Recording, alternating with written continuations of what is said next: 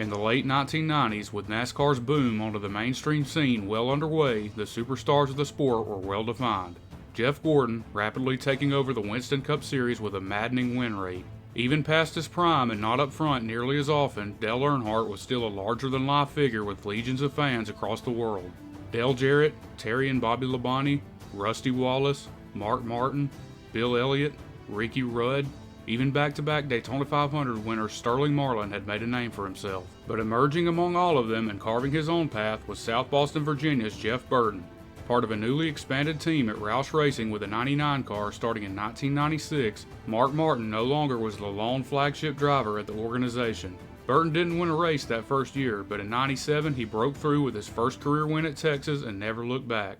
He would win a total of 3 races that year, finishing 4th in the points. It wouldn't be a one-year flash in the pan either. He would back it up with 2 more wins in 1998 with a 5th place points finish and absolutely exploded onto the main stage in Winston Cup in 99 with a head-turning 6 wins and even led the points early in the season.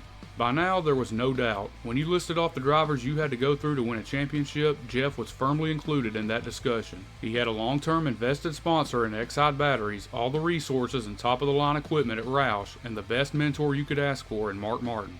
Not to mention, he was paired with an energetic and brilliant crew chief in Frank Stoddard. He slid back to a 5th place points result again at the end of that breakout season in 1999, but this team had so much in front of them. The sky was the limit, and Roush Racing was taking off at a rapid pace with Jeff helping lead the charge. In the turn of the century, one of the most iconic paint schemes of this era donned the 99 Ford Taurus, and the performance was right in line. He would win 4 more races in 2000, including a thoroughly dominant showing at one of his best tracks at New Hampshire, where he led every single lap. When it was all said and done, Jeff would put down his best points finish of his career yet in 3rd place, just behind the champion Bobby Labonte and the all-time great Dale Earnhardt. Now, something interesting happened during that season, with Exide abruptly backing out in the fall. The sponsor that was widely recognized as coexisting with Burton during all of this success was suddenly no longer aboard this magical ride through his ascending career.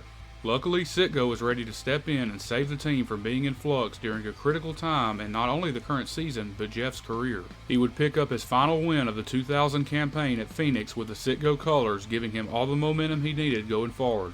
This gave the team assurance that despite the sudden sponsor change, they weren't going anywhere. By all accounts, Jeff was a prime contender for the championship in 2001. Aside from a few outliers, this part of his career was entering the peak range for him to break through and put together the season to get that elusive title he was already on the doorstep of. The field was as competitive as ever, so it wouldn't be easy by any stretch, but it seemed like it was approaching the time for everything to break his way. He showed speed in the Daytona 500, running towards the front for much of the day, but got caught up in the enormous big wreck with 25 to go. Now, this is obviously something you can brush off, just a victim of this product of racing and a full season still ahead. But then the rest of the season started. Here's another look at what happened to the 99 of Jeff Burton. Well, he got loose. Yeah, he got loose before he ever got to the corner. And then he just did all he could to try to hang on to it. Trouble. One car up and into the fence. It's Jeff Burton in turn 2. Snake eyes. And the 99 of Jeff Burton being lapped. Engine on Burton sounding a little off, and another bad day for a fellow we expected to contend here. We come off turn 4. Burton, something happened to that car. It had a right front tire down. Right front tire went down. He just went straight and lit. Oh man, that hurts when you hit that hard. A prolonged run of catastrophic, unsightly rough luck would be putting it lightly. This was an unmitigated disaster. Before the time of playoffs or even the chase, a stretch like this to start off a driver's season deemed it over before it even started. After the 6th race of the season at Bristol, Jeff was outside the top 30 in points. This reality was unspeakable just a few months ago. No one could even fathom this team being in this position. So naturally, the question comes along now. What happened? How did the driver and team that finished top 5 in points 4 years in a row collapse in this spectacular fashion? The biggest thing you can point to is the Ford Taurus got behind quite significantly in 2001. It didn't look any different, but they were aerodynamically behind the rest of the field, as well as down on horsepower. The not so bad news for Jeff is that he was far from the only one struggling. Teammates Mark Martin, reigning Rookie of the Year Matt Kenseth, and rookie Kurt Busch weren't faring any better, but the notoriously faulty engines at Roush weren't helping matters either. These cars were also more prone to lose the back end out of nowhere, and at Las Vegas, where Jeff had won the previous 2 races in a row and was a heavy favorite, he was a victim of that facet of the car on lap 2. He said he had never lost a car like that before and was totally perplexed as to what was going on. Perhaps the championship was out of the question for Jeff, but he could still salvage the season by getting back to winning form and looking the part of one of the best in the series again, showing some pride and giving Roush some reason to believe again in the midst of a massively disappointing season. Fortunately, they got off the mat at Martinsville and put together a day they were capable of, finishing a strong third and injecting a breath of fresh air into their well-being. Jeff said after the race they could finally start their season and had a much more optimistic outlook now that they had broken through the barrier and saw the light at the end of the tunnel. After a solid 10th at the always treacherous Talladega, things seemed to indeed be getting back on track, but a 31st at Fontana and being caught in the infamous rain crash on lap 1 in the All-Star race seemed to bring them back to reality. Maybe this just wasn't their year and it was time to throw in the towel. But just when it seemed to look hopeless again, it would all come together and Jeff would cruise to his second career Coca-Cola 600 victory the very next week at the least expected time. Not only did he win, but he was the dominant car, leading 126 laps and finally showing the full potential this team had all along. Despite a 31st the next week at Dover, things improved steadily from there on out as Burton put up much more respectable results through the summer and avoided the disastrous finishes for the most part. When they returned to Charlotte in October, he appeared in the top 10 in the point standings for the first time all year after a stellar 5th place run. He wouldn't relinquish it again the rest of the way and even went back-to-back at Phoenix towards the end of the year to hopefully jumpstart things for the next season and get back to their title contending ways. All in all, despite that unforeseen, horrendous start, 2001 wasn't a bad season. 2 wins, 16 top 10s, and a 10th place points finish is a position a ton of drivers would kill for. But this wasn't the standard set by the 99 team. They had lofty expectations after that torrid stretch they set in the previous 4 years. That's what they aimed for, and they intended on returning in 2002. Jeff actually started the season off quite solid, with 5 top 10s and just 1 DNF through the first 11 races. He found himself 9th in points leaving Richmond before the Mother's Day break, but wasn't making a lot of noise as far as winning speed. The only notable TV time he got was when Frank Stoddard gamed the system in the All-Star race and pitted Jeff on the last lap of a segment for a mandatory pit stop, leaving the broadcast befuddled and sending him across the finish line just a few yards from his stall. He didn't even finish that race and blew his engine in the Coke 600 as the defending winner. He was able to escape most of the turmoil throughout the Roush camp for 2/3 of the 2001 season, but it finally caught up to him a year later. But here's the kicker. The rest of his teammates not only turned the corner, but they were thriving. And an even more uncomfortable trend that surfaced was 2 of them were just getting their careers started with all the potential in front of them. With Jeff being 34 years old, he was no longer the young rising star from the late 90s. The landscape at Roush was shifting faster than ever before. Most of the drivers that came through there in that era were duds. Chad Little, Johnny Benson, Kevin LePage all struggled mightily there and never put a dent in the conversation to break through. As the season went into the summer, Jeff's performance took a slight dip. 2 more DNFs and just 2 top 10s through June and July, and by the Brickyard 400 he had slid out of the championship running. It got to a point where something had to change, and it would turn out to be the most difficult decision of Jeff's career to that point, cutting ties with longtime crew chief Frank Stoddard, something he lost sleep over contemplating. Desperate times call for desperate measures, and as hard as this was, Jeff showed the urgency he needed to get back to the standard they had set.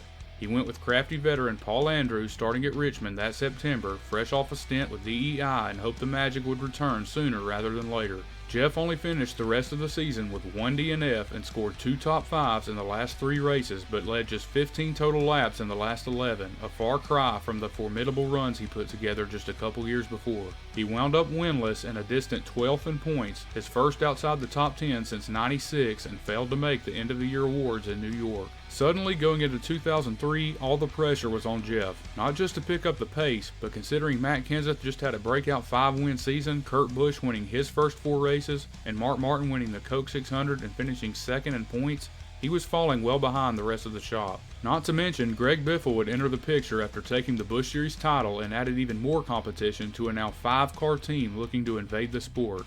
This was becoming a make-or-break season for Jeff. Not only getting back to winning again, but contending for a championship like the potential he showed in the recent past. Unfortunately, not much would change that year with performance. Just 2 top 10s in the first 10 races with 2 DNFs, starting off worse overall than the previous year.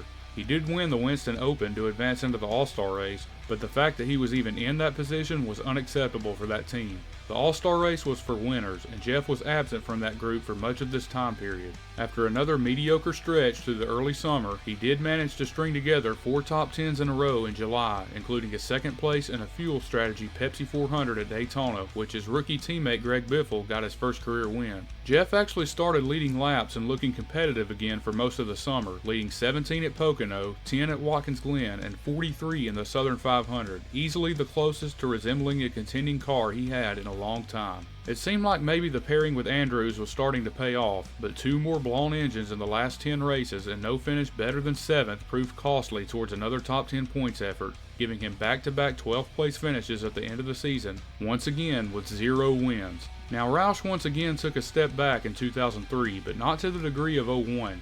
Mark Martin actually fared worse, ending up 17th in the final standings, also winless. Kurt Busch won 4 races, but inconsistency put him in 11th. Greg Biffle had a rocky first season getting acclimated to the highest level of competition despite that Daytona win, as he even missed a race and wound up 20th in points. But Matt Kenseth was able to win the championship, albeit with absurd consistency in just 1 win, but nevertheless, he showed greatness could still be accomplished. With the overall lack of success and mundane results for 2 straight seasons, Sitgo would opt to leave the 99 team at the end of 03. And by the time 2004 came around, Burton showed up to Speed Weeks with an NBA All-Star Game paint job and curiously no other prominent sponsors to be seen. Not long after, Jeff would be showing up to the track most weeks with a plain white car, and the writing appeared to be on the wall. His days at Roush were numbered, as he watched the rest of the organization take off without him. His performance reflected the outlook of his future in the series, with 1 single top 10 through Memorial Day at Talladega, 2 blown engines, and 3 total DNFs during that span, all but put the final nail in the coffin. It was embarrassing to Jeff to be showing up with a blank race car while the rest of the garage had bright colors and recognizable looks that fans associated with the drivers. He remained with the team through the summer, actually racking up a couple more top 10s and just 1 more DNF, but at Watkins Glen with a 12th place run, it would be his final one at Roush Racing. Something that was unthinkable just 3 years prior was now reality. Jeff had faded to just another driver in the field, a shadow of the late 90s when he rapidly ascended to the top of the sport, winning often and consistently in the championship picture. He had been kicked to the back of the line for younger and more promising talent just like that, and had to find a new home to start another chapter. But just like with the decision to move on from Frank Stoddard, this was Jeff's decision. He saw how things were playing out. He knew there was no recovering. The rise of Carl Edwards in the Truck Series, who seemed to have the same kind of talent to step in and produce like Kurt Busch and Matt Kenseth, was all Jeff needed to see to convince Jack Roush to make the move, and both parties could move on. He set up a deal with Richard Childress to drive the 30 car, which was honestly in no better position than the ride he was leaving. It had been through a circulation of drivers including Jeff Green, Steve Park, Dave Blaney, and Johnny Sauter, looking like the guinea pig for the RCR shop. But with Robbie Gordon set to move on to his own team the following season, there was a window to move to the 31 in the long term for Jeff if he could slog through the remainder of 2004 in an unideal situation. But in a twist of fate, Jeff actually made quite the first impression on his new team. In just his second race at Bristol under the lights, he brought it home 4th with 26 laps led, far exceeding the expectations and outrunning what that equipment was normally capable of. But it didn't stop there. 2 more top 10s and 11 top 15s in those final 14 races with just 2 finishes 30th or worse let everyone know that Jeff still had it.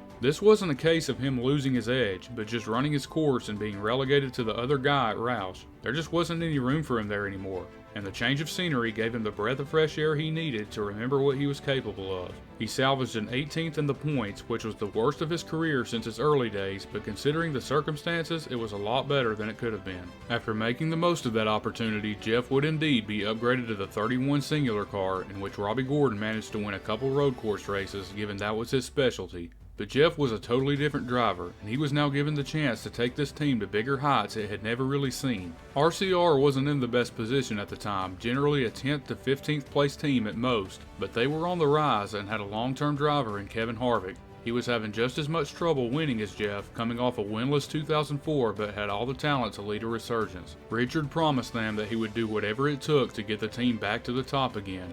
Jeff definitely had some growing pains in the first part of 2005 with a new team. Outside of a 3rd place at Phoenix, there wasn't much to write home about. But when they returned to the Bristol night race just 1 year after that overachieving 4th place run, he would outdo that by bringing it home 2nd, right behind his old teammate Kenseth. He had one final shot on a 2-lap shootout, but couldn't quite make a move on the dominant car of the night. This looked like a sign that things were turning a corner, and the vision of this 31 team rising to the point of contention was getting clear. But the rest of the season wasn't very memorable at all. Just 3 more top 10s the rest of the way, with the 5th at Martinsville was as good as it got, and Jeff settled for another 18th in the standings at the end of 2005. He showed glimpses of his old self at times, but the question remained, could Jeff ever win again? At this point, forget trying to win a championship. It had to start somewhere, and frankly, it hadn't really got started yet. Sporadic top 10s here and there aren't the way to finding a winning formula, and it seemed like it was so far away for Jeff in his current state. But sometimes the best moments in life can happen when you least expect it. Going into 2006, nothing seemed to indicate a significant shift in the landscape for Burton to return to relevance again. He did have a new crew chief in Scott Miller, replacing Kevin Hamlin, but that wasn't near enough to move the needle. All the attention was on the usual suspects like Jeff Gordon, Jimmy Johnson, Dale Jr., Tony Stewart, you name it. But when the industry got to Daytona in February, Jeff would send a warning shot to the entire garage and claim the pole for the 500 for the first time in his career. This wasn't necessarily a foreign idea, given the fact RCR kind of dominated restrictor plate qualifying in this era, and it says more about the car than the driver. But for Jeff's sake, this was another universe. Through all the ups and downs, the winning and losing, he had won just 2 poles in his entire career. Qualifying was not his thing, and he admitted as much. Getting everything out of the car in 1 to 2 laps, pushing it to the very limit in a short burst was not his style. He liked letting the car get better as the race went on over longer runs. But if you thought this was out of left field, just wait. The 500 didn't go his way with a 32nd place finish, but when the real season began, a seismic shift would shape up for Jeff's career. He actually had to endure a small downslide with 3 straight finishes of 25th or worse, but starting at Texas in April, he racked up 3 straight top 10s and a staggering 16 top 15 finishes in a row all the way until mid-August. Not only that, but he was leading laps in bulk. 48 laps led in Dover, 60 at Chicagoland, 37 at New Hampshire, 87 on the big stage at Indianapolis where he won his 3rd pole of the year. After a season-best 2nd place at Chicagoland that July, he was sitting 4th in points, firmly primed to make the chase for the first time. But it gets even wilder. At the Bristol night race, which was becoming quite a strength for him, he led a whopping 263 laps. Finally, after 5 years, we got a glimpse of what Jeff Burton used to be at his peak. Where did this come from?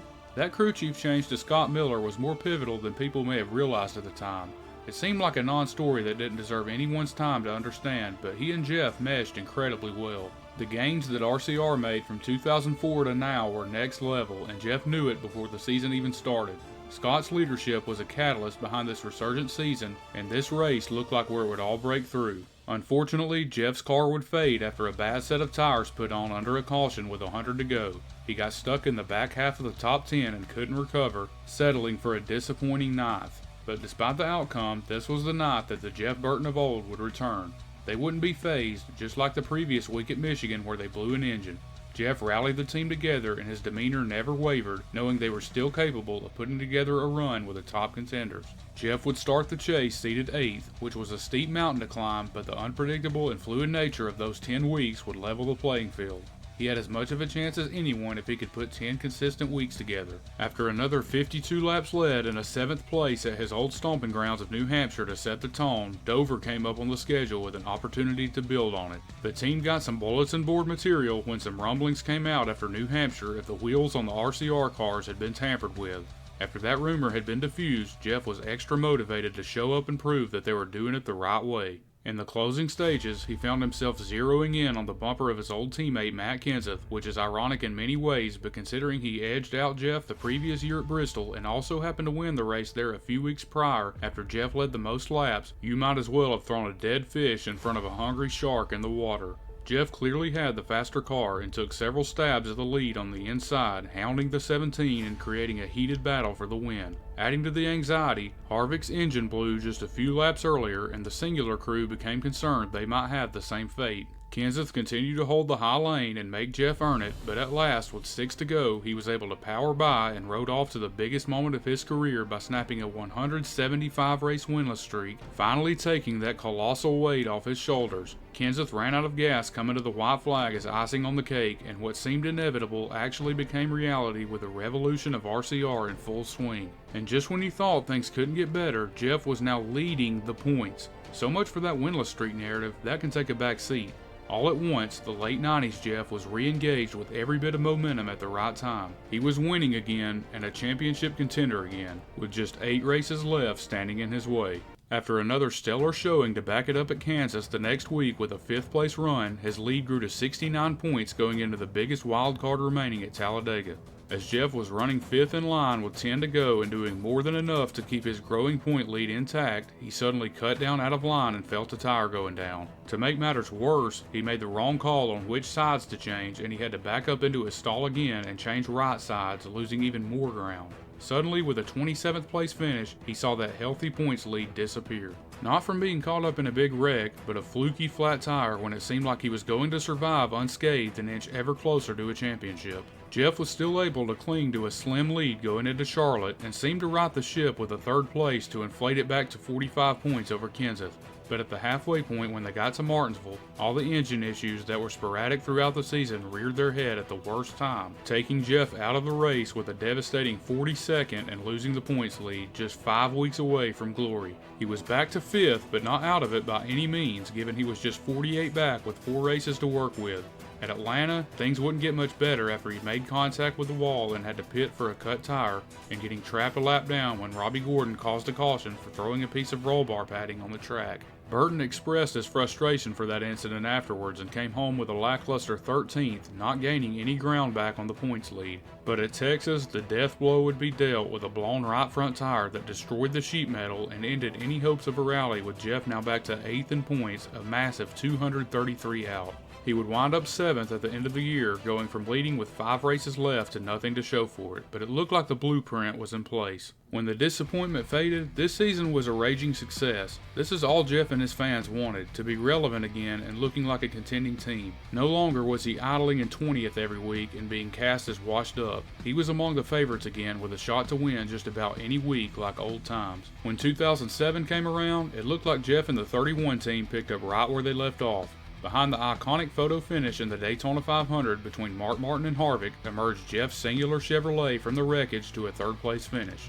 He followed that up with 4 top 10s in the next 5 races, and among these were a thrilling 2nd place run at Bristol in the first ever COT race, giving Kyle Busch all he could handle on a green-white checkered restart that showed his clean driving style and raced fair without moving him. When they got to Texas, the site of Jeff's first career win 10 years ago at the time, he found himself in another one-on-one battle for the win with who else but Matt Kenseth. It looked like Dover all over again with Kenseth on the high side, but Jeff finally pulled off the pass on the backstretch on the last lap and flew to his 2nd win at RCR with his comeback tour firing on all cylinders. He sat 2nd in points on the young season, just 8 back from Jeff Gordon and looking like a serious championship contender once again. They were showing that 2006 was no fluke. However, what followed that win was a regression that included back-to-back finishes of 34th at Talladega and dead last at Richmond from another blown engine. Just 1 top 10 through mid-June with not a single lap led was quite the puzzling turn of events that saw Jeff slip away from championship contention, and suddenly everyone was wondering what happened to the surging RCR program. Harvick wasn't faring much better, seeing no added success following his dramatic Daytona 500 win, and it was looking like the transition to the COT was playing a factor in the team's struggles. Having to switch between 2 totally different cars every few weeks isn't ideal for trying to make steady progress towards contention, and Jeff was feeling every bit of that problem. Despite these turbulent results, Jeff still sat 5th in points after Michigan in mid-June and could bank on the reset for the chase if he could hang on. The team actually started turning things around the rest of the summer with 4 more top 10s in a 5-race stretch, and no worse than 16th through Pocono in August. He weathered another DNF at Watkins Glen after being caught up in a wreck with his teammate where Harvick infamously tangled with Juan Pablo Montoya, and Jeff diffused the situation like the upstanding role model he is, and managed to make the chase for the 2nd year in a row and was seated 10th out of 12 in the newly expanded version. But something was just missing. This didn't have the same prowess as his 2006 showing, with only 27 total laps led all year and visibly not as up to speed as teams like Hendrick and Gibbs. They needed to step it up a few notches if they were going to be in the same position to win a title this time, but it just wasn't happening. A 36th at Kansas and yet another blown engine at Talladega, putting him dead last, sealed the deal. He was last in the chase at that point, over 300 points out and just looking to salvage a respectable finish to the season. To Jeff's credit, he actually did, with 5 top 10s in the last 6 races and no worse than 12th, but it was too little too late. He came into the final race at Homestead 8th in the standings and finished 8th in both the race and final points. So when the smoke cleared, it didn't look like the sky was falling. Jeff still won a race and was briefly in the championship conversation, but still took a step back overall from what the team showed in the previous season. 2008 needed to be better, or the doubts would start to creep in about if this could actually sustain long term. And wouldn't you know it, Jeff would lead the field to the green on the last restart in the Daytona 500, a race he'd yet to win and one of the few boxes he hadn't checked in his career. But he got instantly shuffled out of line and had to settle for 13th, although the team still had to be encouraged with the early speed they showed. Sure enough, Jeff would continue running well, and at Bristol, he took advantage of everyone tripping over each other in the final laps as he went from 5th to 1st after Denny Hamlin's car wouldn't pick up fuel on the restart. This one fell in his lap, but a win's a win, and he was in the right position anyway. It was also an RCR 1-2-3 finish with Harvick and Boyer just behind, and Jeff was 4th in the points as a result 5 races into the season. Jeff continued clicking off great runs with 6 top 12 finishes in a row after that win, including 37 laps led at Martinsville. Going into the All-Star race, he was 2nd in points behind the dominant Kyle Busch and kept showing he was very much still alive as a force to be reckoned with at this stage of his career. RCR wasn't going anywhere, proving the year before was a minor blip and they had fully adjusted to the car of tomorrow. He went through June not finishing outside the top 15 the entire season, but got swept up in a crash at Daytona to end that streak. Jeff actually went through a rough patch following that, with just 1 top 10 from July through August and another crash and a not-so-fun return to Bristol where he won in the spring and had so much success with RCR. He was running in the top 10 and 3rd in the points at the time, but only fell to 5th and still comfortably made the chase for the 3rd year in a row. He was seated 7th this time and looked to be much more set up to make a run than 2007, and the results would back that up. He finished top 10 the entire first half of the 10-race sprint, but with Jimmy Johnson separating himself from the rest of the pack, he was still just 4th in the standings and a daunting 100 points back. At Charlotte the next week, Jeff knew he had to get through the 48 if he was going to make any more headway towards that elusive championship. This was Jimmy's track where he routinely dominated on a yearly basis, and Jeff was fully aware his team had to be better. Most fans would laugh at that notion, but on this night he had a top 5 car the whole race. He inched ever closer towards the lead and with 57 to go took over the lead from Greg Biffle. On a caution with just over 30 to go, Scott Miller opted for fuel only and wanted to keep track position. And Jeff would have to deal with Jimmy himself on the restart, making a fierce run at the lead several times but was unsuccessful. This instance right here encapsulated just how capable Jeff was as a driver. The best driver in the sport at the time and one of the best ever in the prime of his dynasty breathing down Jeff's neck at his playground of a track with his sponsor all over it, and Jeff holding him off on older tires, not giving an inch and persevering. He was able to hold off a fast-closing Casey Kane in the final laps and racked up his 2nd win of the year, doing what few drivers could do by taking a big chunk out of the stranglehold the 48 team had on the competition. He vaulted into 2nd in the standings, just 69 points back, looking like everything was aligning for a memorable run to a championship right in his sights.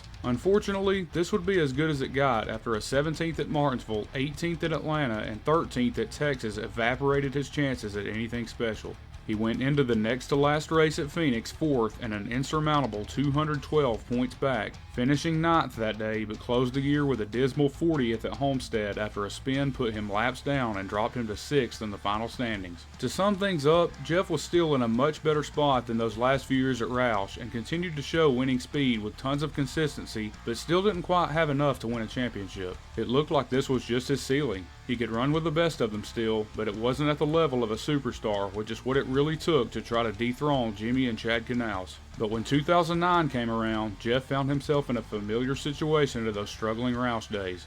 RCR added a 4th team, which meant all the resources would get scattered more thin, and he was the elder of the group. He got a new sponsorship with AT&T leaving as Caterpillar came on, who was ironically with his brother's former team.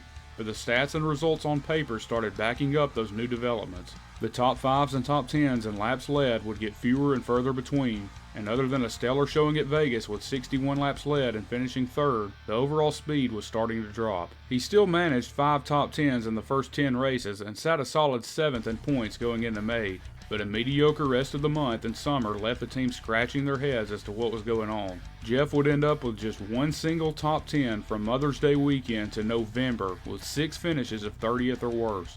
This was more than just a regression, this was a free fall. Jeff would end up missing the chase that year by a wide margin, and while he actually found a random burst of speed at the end of the year with 4 straight top 10s in the last 4 races, including 2 second places in a row the last 2, he ended up a lackluster 17th in points. RCR and Jeff were hoping 2009 was another small bump in the road like 2007, but this was a bigger step back. When you go from being second in points halfway through the chase to missing out on it entirely, something is glaringly wrong. As good as the relationship seemed with Jeff and Scott Miller, a change needed to be made like back in the day with Stoddard, and Jeff ended up with Harvick's former crew chief Todd Berrier, who was probably one of the best in the business at the time. Todd actually joined at the end of 2009 and could be viewed as a reason they found that speed the last few races. And turns out, they might have been onto something because the start of 2010 looked much better. 11th at Daytona to kickstart things led to a 3rd at Fontana with 46 laps led. No finishes worse than 20th through March, and another top 10 at Bristol showed things continue to look up, and this pairing may have been the perfect match to keep Jeff in contention. Keep in mind, Jeff is 43 at this point. He doesn't have as many years in front of him anymore. He needed to make the most of them, and RCR did scale back to a 3-car team again, which couldn't have hurt his chances. At Martinsville, it looked like he was all the way back after leading 140 laps, but had a tire go down with 15 to go and slapped the wall, limping home in 20th when he probably would have finished second. He finally started getting the finishes to back up the speed in May with 3 top 10s in a row, including a second at Dover, but at the end of the Coke 600, Kyle Busch wrestled his way through the pack and cut Jeff's tire down, causing a super rare blow-up from Jeff, who confronted Kyle at the top of his lungs on pit road. The normally high-strung Busch wanted nothing to do with it, but Jeff's finish was ruined as a result. When you've made Jeff Burton that mad, you know you've messed up. He did lead laps in 5 straight races to be in position to make the chase, and he was 8th in points as the summer stretch began, and when he got to New Hampshire, he gave everyone a taste of nostalgia with an 89 lap leading performance. But under the last caution, he got left hanging when everyone came to pit road behind him and made him a sitting duck. He plummeted back to a 12th place finish and in the process got into Kyle Busch and turned him around. This was obviously a coincidence as Jeff had no grip on older tires. He wasn't the type to pay someone back unless they really deserved it, but the frustration had to be building with nothing to show for all the speed they had, especially with his teammates outperforming him. But the results would finally pop off immediately following that race with 5 straight top 10s from July through mid-August. He went into the cutoff race at Richmond locked in the chase without having any drama to worry about, but fell from 6th to being seated 10th after a mediocre 13th place run. There was sort of an elephant in the room with Jeff still having not won, but he felt as confident as ever going in and felt like he had just as good a shot as anyone with how the team was performing. It was quite the turnaround for RCR as a whole, with all 3 teams making the 10-race cut as opposed to none of them the year before. But only a second at Dover in the second race, grouped with 4 other finishes outside the top 15, deflated that confidence, proving once again not to be Jeff's year. He was dominant at Martinsville once again in the fall, leading 134 more laps, but the car fell off a cliff at the very end, leaving him 9th. He even got in a little spat with his teammate for good measure. It looks like Harvick's got a little disagreement here, Burton. Well, so much for teammate love. I have done nothing wrong. Yeah, the hole is there. I filled the hole. I will not put up with it. I'm a good teammate, and I'm not going to take him running into me. I'm telling you, Gil, he's out of mulligans. I mean, he's done it to me. That's the 3rd time now. Did it at Indy, did it at Loudon, done it here.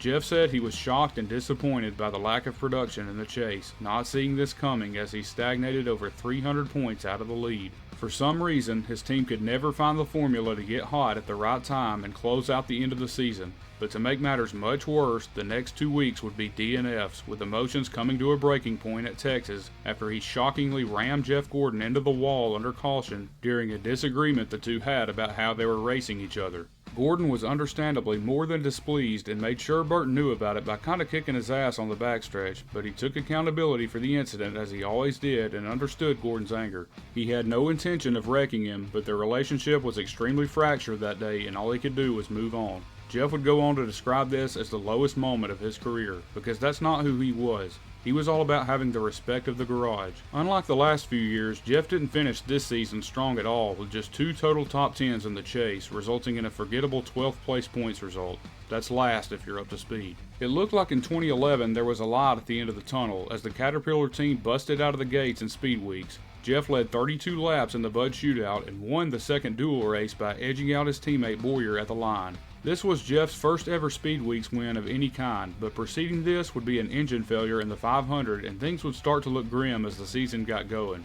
The results bottomed out at an all-time low, with Jeff not getting a single top 10 in a points race until Watkins Glen in August. He led a combined 27 laps at that point, and for whatever reason, the life had been drained out of this race team. He made another mid-season crew chief swap with Barrier being replaced by Luke Lambert, and he was an afterthought for even contending for the chase. The only moment of hope was in the fall race at Talladega, where he was once again in tandem with Boyer coming to the finish, looking to at least snag a win to lift the team's spirits up, but Boyer pulled out and beat him to the line at the last second. Another gut-wrenching outcome to join a long list of them. Speed Weeks made things look promising again in 2012 after Jeff showed top 10 speed all week and came home 5th in the 500 while leading 24 laps, but like the previous season, that would just be a facade. Outside of a 6th at Bristol and 10th at Talladega, he was once again lost in the shuffle of the rest of the field, simply taking up space in the middle of the pack while Harvick made the chase and won a race late in the year. The pairing with Luke Lambert was one and done as Jeff had Roush product Drew Blickensderfer join the team this time.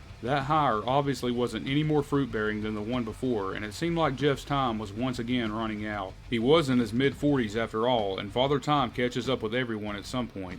In the second half of the season, an out-of-the-blue second-place run in the July Daytona race headlined an otherwise empty stretch of long, grueling months without any sort of hope that things would get better. One more top 10 at Richmond would be the last taste of some satisfaction the team got that year, as they were once again a far cry from chase contention. Just 38 total laps led all year and winding up 19th in points was further proof that this team had lost all their mojo from recent seasons, and all that was left was to see how much longer Jeff or Childress was willing to go with this deal. The answer to that would be one more year, as a result of 2013 looking like a carbon copy of the previous 2 years. Jeff knew it too, and it was time for both sides to go in a different direction. He wanted to drive one more year, but that wasn't in the cards. He mustered up 2 top 5s and 6 top 10s with another 20th place points finish, and that was all she wrote. Jeff just ran 4 races for backmarking teams in 2014 and called it a career, jumping into the broadcast booth from there, and you can still see him there today. So in conclusion, why did Jeff Burton fall from grace so spectacularly and look like a shadow of himself from his superstar title wave in the late 90s? How did he go from winning 17 races and 5 straight top 10 points finishes to just 4 wins the rest of his career and 3 total top 10 points finishes? With everything gathered here, and as crazy as it may sound, I believe Jeff was simply a victim of circumstances. Forget about his last couple years at RCR. You can count on one hand how many drivers went out at the top of their game. I'm talking way before that. I truly believe if he doesn't get off to that devastating, horrific stretch of luck to start 2001, he never leaves Roush and remains a major force with that group. He was better than that, and most of those incidents were things that just never happened with him. Anything that could go wrong went wrong those first 2 months, and it got him in such a hole he couldn't climb out. Think about the fact that he went on to win 2 races and still finished 10th in points that year despite all that carnage. What do you think he would have done if he actually started out like he was expected to? But that got him and the 99 team behind, and by the time 2002 came around, he wasn't keeping up. Here's some hard truth about multi-car teams in NASCAR. It's impossible to give all of them the best equipment. Someone has to get the short end of the stick. With Roush expanding more and more in those days, they didn't have enough to go around. It's like having 4 girlfriends at once. You won't ever make all of them happy. You had Mark Martin, who was the leader of that stable and was loyal to Jack much more than he should have been for a long time. You had rising elite talents in Kenseth and Busch, who had major sponsorship deals and had their whole careers in front of them, along with Biffle, who joined in later. And then there was Jeff, who actually started as a Roush adjacent team, not even connected to the actual shop. He had to earn his place there, and with the revolving door of sponsors connected to him, he was in a tough spot. But then the heartbreaking end of the 2006 season was a factor. If Jeff doesn't blow an engine at Martinsville, he may very well win the championship, which is obviously a career-altering milestone. The worst possible outcome always seemed to sniff him and his teams out at the wrong time, and as the competition ratcheted up over the years in the Chase era, his teams fell more and more behind, which is somewhat RCR's fault as well, as they were never consistent with the top-tier teams in the series. Even Harvick struggled mightily there at times and was held back from his true potential. These kinds of anomalies were the difference between Jeff being a no-doubt Hall of Famer and being on the fence for it like he is today. He tends to be hard on himself and has said he wasn't as talented as drivers like Kenseth or Kurt Busch, but I think he was. Go back to that Charlotte race in '08 where he fought off a vicious Jimmy Johnson on older tires at a time where JJ was unstoppable, let alone at that track. Jeff was as good as anyone in the sport for a 5-year stretch at Roush. He just never could put that full season together. Sound familiar? Look no further than Mark Martin, who Jeff looked up to and took so much mentoring from. They had similar driving styles, yet similar luck. Being the nice guy paid off a lot, but it also got you beat when push came to shove. Jeff was a prominent figure in the garage, dubbed as the mayor. His opinions were respected widely on almost any subject, and he was respected on the racetrack too. That's what he's most proud of looking back. But it could have been better. Hopefully he gets in the Hall of Fame one day because his talent alone is good enough. It's just the stats on paper that are up for debate. Well, that's all for this one, guys. Hope you enjoyed it. Be sure to like and subscribe like your life depends on it. This has been a Platinum Paradise video.